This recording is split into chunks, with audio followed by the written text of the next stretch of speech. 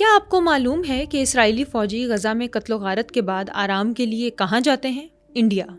جی ہاں، ہمارے ہمسایہ ملک انڈیا جانا ایک روایت بن چکی ہے۔ اس سفر کو عبرانی زبان میں عظیم سفر یا ہتیول ہاگادول کہا جاتا ہے۔ ہزاروں ڈی موبلائزڈ فوجی 2 سے 3 سال کی لازمی فوجی سروس مکمل کرنے کے بعد انڈیا، جنوب مشرقی ایشیا اور جنوبی امریکہ کا رخ کرتے ہیں تاکہ تناؤ سے آزاد ماحول میں آرام کر سکیں۔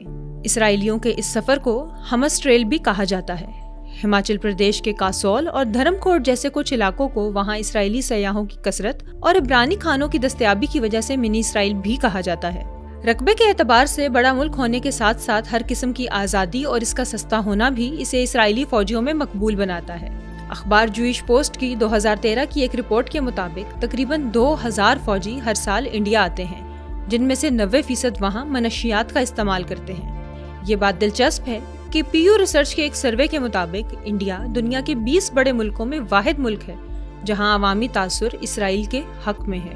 غزہ میں جاری کارروائیوں کے باوجود انڈیا اسرائیل کے مزید قریب آنے کی کوشش کر رہا ہے۔ وزیر اعظم نریندر مودی نے بدھ کو بھی اپنے اسرائیلی ہم منصب سے ٹیلی فون پر بات کی اور اسٹریٹجک شراکت داری کو مضبوط کرنے پر زور دیا۔